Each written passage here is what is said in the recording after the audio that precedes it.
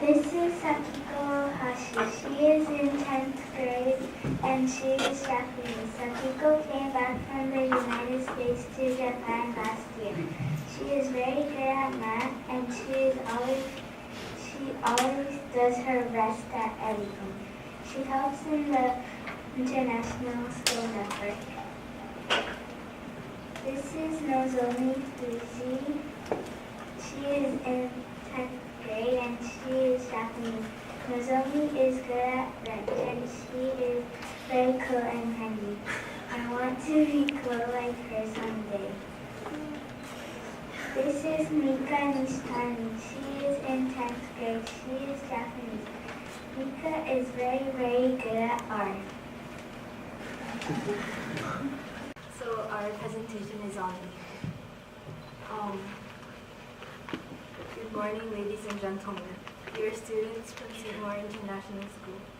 Today, we will discuss and analyze the Japanese education system with the focus on public schools and its various problems, along with the solutions. We believe that the aim of education. Today we are going to talk about the aim of education and the ideal. So what is ideal education? The aims of education are to gain knowledge to get by, to gain knowledge of the subject matter being taught, to create thoughtful citizens, to gain self-esteem and confidence, to learn how to learn, and to gain knowledge for success in the future. The ideals of education are to raise people who are balanced learners, lifelong learners, moral citizens, unique individuals, and people who have global perspectives. This is a diagram showing the Japanese education system according to age, grade, and educational facilities that are available. One school year lasts from April to March, and students in each grade must have their birthday before April 1st. Otherwise, they will be placed in the grade below. 9 years of education, 6 years at elementary and 3 years at junior high, are compulsory for a Japanese citizen. Although foreigners in Japan are not subject to this education system, and they have the freedom to choose to send their child to school or not. Despite this, some schools, such as international schools, have set up the environment to accept these foreign children or Japanese children returning from abroad to encourage education. In addition, in the Japanese education system, there are schools for people with special needs. However, their numbers are considered inadequate. Overall, this education system is highly regarded, where more than 90% of students graduate from high school, and where citizens have the highest literacy rate in the world since the Edo period. This has led other countries to seek for the secrets of success. So now about the Japanese national school curriculum. Elementary schools are required to use corresponding textbooks made by authorized companies and in all subjects. Here are the examples of subjects taught in a Japanese school. So we have Japanese, mathematics, science, social studies, music, fine arts, and making and physical education, and moral education. Similarly, in junior high school, the classes are bound to print textbooks. However, the difference from elementary school is that classes are instructed by specialist teachers, and they are fast-paced because they have a lot of material to cover in preparation for the competitive high school entrance exam. And here's a list of the courses that we teach in junior high.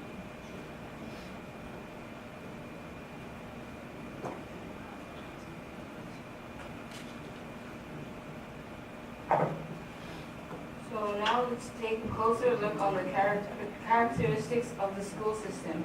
Each public school has a student council in every elementary, middle school, and high school. It is run by a president, vice president, secretary, treasurer, and representatives from each grade. These students are appointed to each job by an election, although they are mostly elected based on their academic excellence and popularity. The students are required to behave with polite manners. They start to learn manners in elementary and are mostly trained by their parents. At school, they are expected to speak politely to elders and teachers. Students rarely present in front of the class, except for a representative when they have to give a speech. During classes, the teachers talk and explain while the students read the textbook and take notes. Debates and discussions rarely take place. There are Japanese terms, kohai and senpai, which means junior and senior, and are very commonly used in the school society. Juniors usually call their seniors with senpai added to their names and talk to them in polite language. This relationship is significant anywhere in school, even within the teachers, and this sometimes causes problems. The seniors feel powered and are provoked to treat the juniors unfairly, and the juniors feel threatened by the situation. When this is brought too far, it leads to bullying and even death. Finally, and the most significant feature is equality. The Japanese education system is focused on keeping everyone equal and requires every student in a grade to progress on their studies at the same pace. Here's an example. When my brother was in elementary, my mother was very strongly recommended to bring a 12-color set of color pencils, not 24, not 36, not 72, and nothing else was acceptable. They even unified the type of pencil cases, and all the students were required to bring a randoseru as the school bag. So obviously, they don't allow grade skipping in any circumstances. Geniuses and slow learners are bundled up together to stick to a certain level of education, even though it may not fit their level. So next, I will talk about the school values. In order to develop punctuality amongst students, they follow a set routine. Every morning, each class performs a morning assembly to inform the students about the events of the day, which is known as chore in Japanese. During the day, in every class, as the teacher enters the room, the students stand up and take a bow to show respect, which is known as kiritsu. Kiritsu and re in Japanese.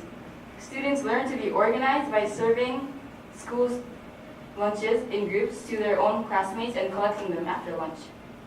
Finally, they develop classroom management and responsibility through cleaning chores of their own classroom. They clean the windows, floors, and the blackboards every day after school.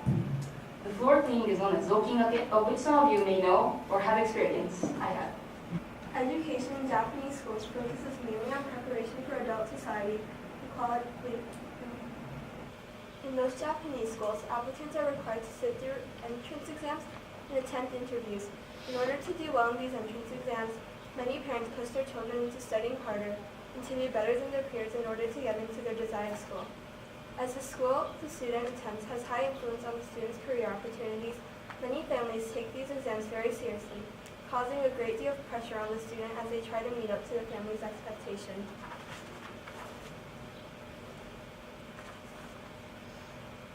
In order to pass and do well in these entrance exams, many parents often make their students attend juku. These are private after-school sessions, also known as cram schools. Children stay up late at night at these cram schools, leading to less time to spend with their family, as well as having their holidays and weekends taken away for studying. Cram schools are not only expensive, but also cause some students to feel the over-relief of studying, causing them to lose their motivation. This leads to a lower grade in the juku as well as the school. A solution we came up with for both of these problems is the introduction of optional courses for elementary school so that each individual can enrich their individuality and determination so that they can object to their parents' influences and maintain their identity. They could include survey in the program to ask what they like to do to develop their distinctiveness as well as their enthusiasm.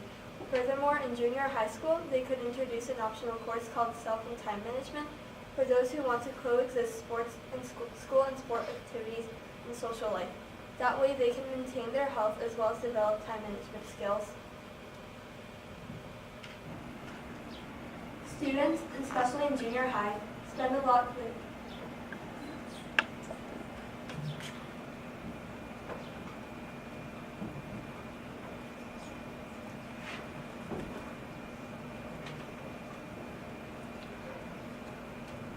Finally, we believe that the English education is the biggest problem of the system because we believe that the Japanese education system does not effectively rear globally active individuals and would not be able to keep up with the rest of the world as Japan continues to become more international.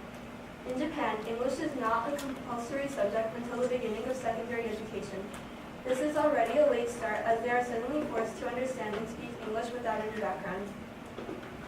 Nika here can relate this to a personal experience. She studied English since she was 6, and she is a confident English speaker. Currently, she studies Spanish as her third language, but she noticed that this is challenging to learn as a new language, even though it was somewhat familiar to English. Considering the difficulty of learning a new language without background, she believes that it is easy to imagine the impossibility of learning a new language without any background. Next, the English classes in Japan are mostly taught in Japanese, and the course content is mostly the translation of phrases and sentences, which native speakers don't really use. For example, the most famous and most awkward conversation in the textbook is, "This is a pen." Yes, this is a pen. How often do you ask someone whether something is a pen or not? This is a great problem, mostly for students who want to go abroad, because this just won't help. Communication with native speakers would be an excruciatingly embarrassing experience for these students, which makes them less motivated to study. Another solution we came up for this was obviously introducing the English education in elementary schools. This way, students can familiarize with the foreign language while their brains are still anticipating for challenges, which would increase the motivation for studying English when they start secondary education. This is a pretty obvious solution, however, it is very effective. Students, especially in junior high, spend a lot of their time in sports and club activities. Practices and meetings of these activities often occur both before and after school, forcing students to go to school earlier in the morning or stay at school until late at night. Weekends and holidays can also become occupied by practices and events of that activity. This leads to an increase in stress as well as less time to spend with the family and less time for studying. Now I would like to compare the Japanese education system with that of Germany and the United States.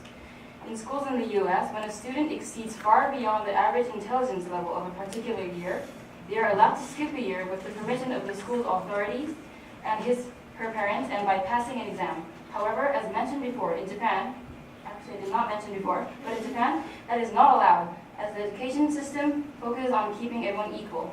The sports activity system is also different in the US. While the students in Japan devote their entire high school life, 3 years, to one sports activity, the students in the US can participate in multiple sports throughout the year, as the sports are divided by seasons. In Germany, the English classes are done almost entirely in English, and they start learning it from elementary school. While in Japan, English education begins from middle school. This system in Germany enables the students to get familiar with English, thus increasing his or her English level. In fact, most of the students in middle school are able to understand what the teacher is talking about during the classes, but the students in Japan cannot. Therefore, they cannot develop their English communication skills beyond the most basic levels in the next 6 years of education.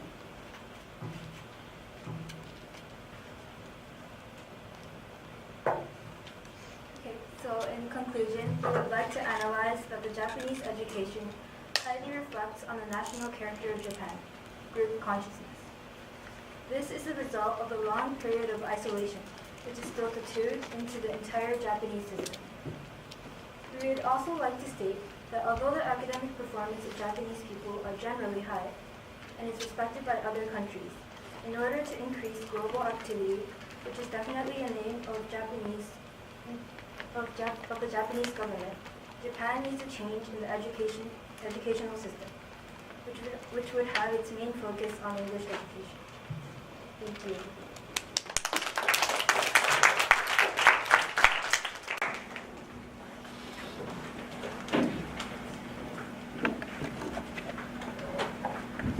Thank you for your presentation about education in Japanese elementary and junior high schools.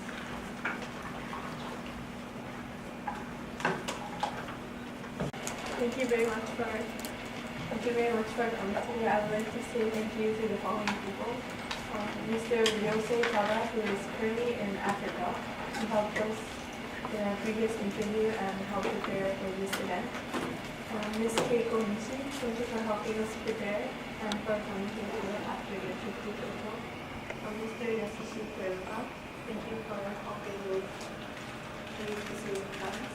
Ms. Kimoko Akane, the director, and Mr. Yono Kenichi, the deputy director, for allowing us to be here. And the other staff of UNAFE, including the kitchen staff, for the delicious lunch. And I'd also like to thank Ms. Emi Kobaki and the students of Yamate Gakuri, Ms. Saki Asami and the students of Yokohama Minato Sogo High School, and the students of MAUR International School and SAINT International School. I hope that we will be able to hold this event again next year, and this will conclude this meeting. So thank you.